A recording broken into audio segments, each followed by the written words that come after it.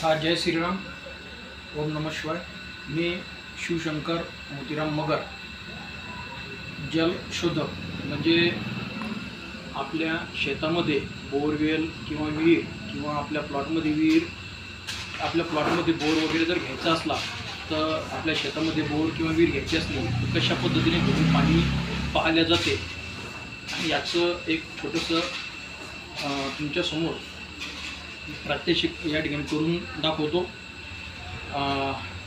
समृद्ध शेतकरी आत्मनिर्भर भारत या तत्वावर आपण हा उपक्रम या ठिकाणी राबवत आहे आणि सगळ्यात महत्त्वाचं असं की शेतीमध्ये पाणी असल्याशिवाय शेतकरी हा समृद्ध होत नाही। मला संपर्क साधण्यासाठी आपण 99 21 33 98 08 या नंबरवर संपर्क करावा। माझे नाव शिवशंकर मगर, जलशोधक।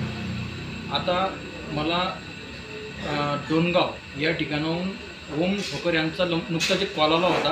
त्यांना म्हणलं मला एक व्हिडिओ बनवायचा आहे आणि लोकांना पाणी कसं घरून सांगतो बुवा हे एक प्रात्यक्षिक त्यांना दाखवायचं आहे। आता मी त्यांना लगेच कॉल करतो आणि त्यांचं पाणी मी आता सध्या जळगावमध्ये आणि हे डोणगाव जवळ काहीतरी कनकागाव या ठिकाणचे आहे।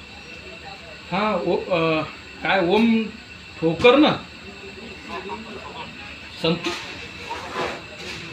बर। आता मी एक लोकल पाणी कसं करतो बा ऑनलाईन त्याचा एक छोटासा व्हिडिओ बनवतो।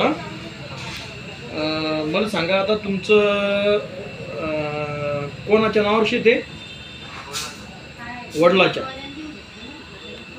बर काय त्याचं जन्मसाल? 70। आणि तुमचा गट क्रमांक काय आहे? कनका बुद्रुक 17। ओके।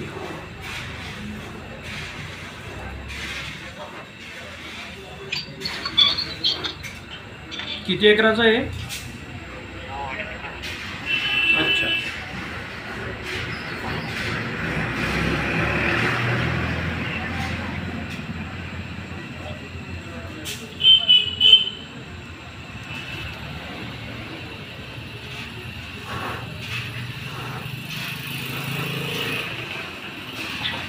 या 17 गट क्रमांकामध्ये 2 ठिकाणी विहिरीचं पाणी।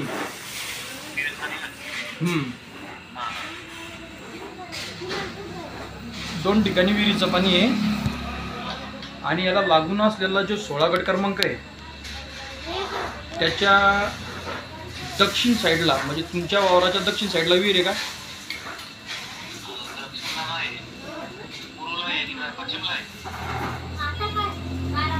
पूर्व आणि दक्षिणेच्या मधात येते आग्नेय वायव्येला। तुमचा 17 गट क्रमांक सोडून जो 16वा गट क्रमांक आहे ना त्याच्यामध्ये पश्चिम दक्षिणच्या मधात विहीर आहे ना। हां, तिथं पाण्याचा स्रोत मोठा आहे चांगला।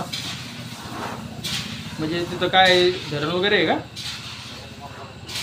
हां, तर ते जो पश्चिम दक्षिण आहे त्या ठिकाणी 16व्या गट क्रमांकामध्ये तिथं एक विहीर आहे, बरोबर आहे। आणि तुमचा हा जो 17 गट क्रमांकाचं तुमचं हे जे क्षेत्रफळ आहे तर याच्यामध्ये तुमचे जे अडीच एकर म्हणता का? बरं, तर हे पूर्व पश्चिम आहे का? नाही, गट क्रमांक पूर्व पश्चिम आहे का? गट क्रमांक पूर्ण, कारण तुमचा 2.5 एकरामध्ये अजून बी शेतं असतील ना। अहो 17 गट क्रमांकामध्ये अजून बी त्या ठिकाणी हे असतील ना बाकीचे शेत काय? हां, मग तर ते धरून पूर्व आहे का? पूर्व। हां, पूर्व। आणि तुमचा 2.5 एकराचं जे वैती आहे तुमच्यावाली ती उत्तर दक्षिण। हां, पण गट क्रमांक हा पूर्व पश्चिम आहे तुमचा, बरोबर आहे। आणि पूर्वेकडून पांदन रस्ता आहे का? रस्ता काय कांदा तुमच्या या 2.5 एकराच्या पूर्व धुऱ्याला? हां, आता तुमचा जो तो उत्तर दक्षिण लांबी आहे तुमच्यावाली, उत्तर दक्षिण लांबी आहे पूर्वेकडून एक पांदन रस्ता गेलेला आहे, बरोबर आहे. आणि तुमच्या 2.5 एकरामध्ये जरी क्षेत्रफळ 2.5 एकराचं आहे तरी बारे 3 आहेत. हा, आता मी तुमचं शेत येऊन आतापर्यंत पाहिलेलं नाही, तुमचं गाव सुद्धा पाहिलं नाही, बरोबर आहे. फक्त मी एवढं ऐकून आहे की बुवा डोणगावजवळ कणका नावाचं गाव आहे आणि तुम्ही माझ्या संपर्कात एवढंच माहिती आहे. आता तुमच्या 3 बारे आणि एक उत्तरेकडलं बारं हे छोटं आहे, लहान आहे. हा, उत्तरेकडलं लहान बारं आहे का? हां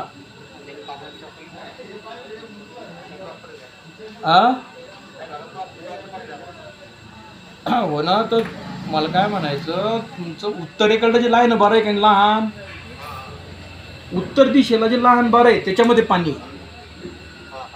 हां, त्याच्यामध्ये पाणी आहे. तर या बाऱ्यामध्ये 2.5 एकराच्या 17 गट क्रमांकामध्ये 2 ठिकाणी विहिरीचं पाणी आहे तुमच्या, 2 ठिकाणी.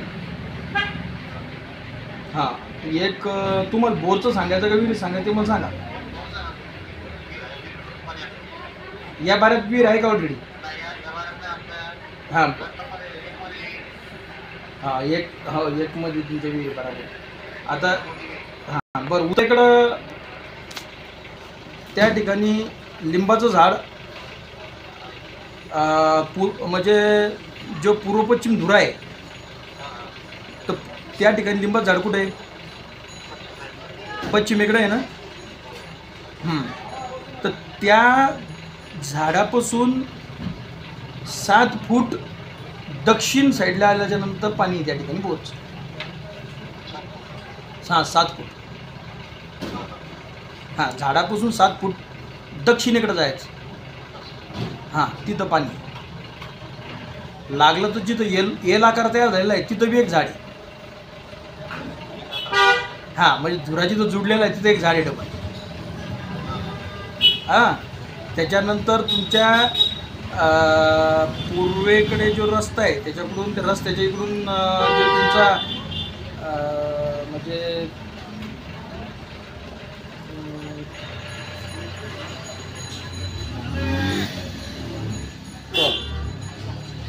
जो पूर्वेकडा भाग आहे तिथून डबल लोन कुठे आहे? तिथं 16 मध्ये. हां, कारण 17 त्याला लागून आहे आणि जे 16 आहे तिथून पाण्याचा पदर इकडे आलेला आहे. त्या 16 मधून जे लवण आहे का नाही, त्या लवणाजवळ लगातार 3 डाळाचे झाडं आहेत. पहा त्या लवणात, तुम्ही लागलं शेतामध्ये जाऊन पहा. 16 मध्ये गेले की तिथून एक लवण आहे, त्या लवणात 3 पळसाचे झाडं आहे. तिथून पदर तुमच्या या लिंबाच्या झाडातून गेलेला आणि तो या ठिकाणी इथं बोर आहे. इथं बोरचं पाणी राहिला. हा एक भाग. दुसरा, तुमची ही जी पांदी आहे या पांदीच्या जो दक्षिणेकडला भाग आहे जिथं तुमचं क्षेत्रफळ आहे डबल, त्या क्षेत्रफळामध्ये सुद्धा पाणी. हां, तर त्या क्षेत्रफळामध्ये काही वर्ष अगोदर तिथं गोंदीचं झाड होतं का? आणि आता आहे का? बरं, तर ते कोणत्या पूर्व धुऱ्यावर होतं का? पूर्वेच्या धुऱ्यावर होतं. तिथून 8 फूट बस जिथं गोंदीचं झाड. किती वर्ष अगोदर तोडलं तुम्ही ते? 5-6 वर्ष झाले. आता काय माहिती आहे का, एखादा पाणी पाहणारा शेतामध्ये आला तर दिसणारे झाडं तुम्हाला सांगल, पण 5 वर्ष अगोदर तोडलेलं झाड सांगू शकेल का? आता हे मी तुमच्या न पाहता तुम्हाला सांगू राहिलो का नाही. तिथून 8 फूट अंतरावर बोरचं पाणी आहे आणि सगळ्यात महत्त्वाचं 87 फुटावर तुम्हाला तिथं पाणी लागेल. किती? हां, लागलं तर सध्या तुम्ही जर शेतात गेले, तुमच्या जर ते गोंदीचं झाड लक्षात असेल, तिथून बराबर तुम्ही पश्चिम साईडला 8 फूट मोजत यायचं आणि त्या ठिकाणी एक दगडाची चिप पडलेली आहे. बस तुम्हाला खून म्हणून सांगतो, एक दगडाची चिप आहे, चिप अशी चिप चिप, म्हणजे दगड कसा असतो पण ही चिप आहे, कटलेला दगड आहे असा, तिथं पाणी. हां आता म्हणजे 8 गुणीच्या झाडापासून 8. आता मला एवढं म्हणजे मला एवढं सांगायचं की बा घरून या पद्धतीनं देवाची कृपा आहे. हा एक सिद्धीचा भाग आहे. कोणताही डिव्हाइस न वापरता घरून आपण पाणी सांगू शकतो. ईश्वरानं दिलेली आपल्याला ती एक कला आहे. तर आता मला एक छोटासा व्हिडिओ बनवायचा होता लोकांना कळायसाठी की बाबा पाणी कसं सांगतो. आता मी कागद दाखवलं, या कागदावर फक्त आपण एक वैदिक गणित शास्त्र याचं एक कॅल्क्युलेशन केलं. आपल्या भारत देशामध्ये इंग्रज येण्याच्या अगोदर 15,000 विश्वविद्यालय होते, 7,500 गुरुकुल होते. हे जाळले गेले. म्हणजे ही अशी कला ही लुप्त पावली. आणि ॲक्च्युली आपल्या वैदिक शास्त्रामध्ये एवढी ताकद आहे वैदिक गणितामध्ये की आपल्याला पृथ्वीचा कोणताही भाग हा डिकोड केला जातो. आणि डिकोड करून आपल्याला तिथलं CCTV सारखं, व्हिडिओ कॉल सारखं आपल्याला सांगितलं जातं. त्याच्यानंतर 500-400 वर्ष पूर्वीचंही सांगितलं जातं, आताचंही सांगितलं जातं, पुढचंही सांगितलं जातं, तिथल्या जमिनीतलंही सांगितलं जातं, सध्या तिथं आजूबाजून कोण उभं आहे तेही सांगितलं जातं.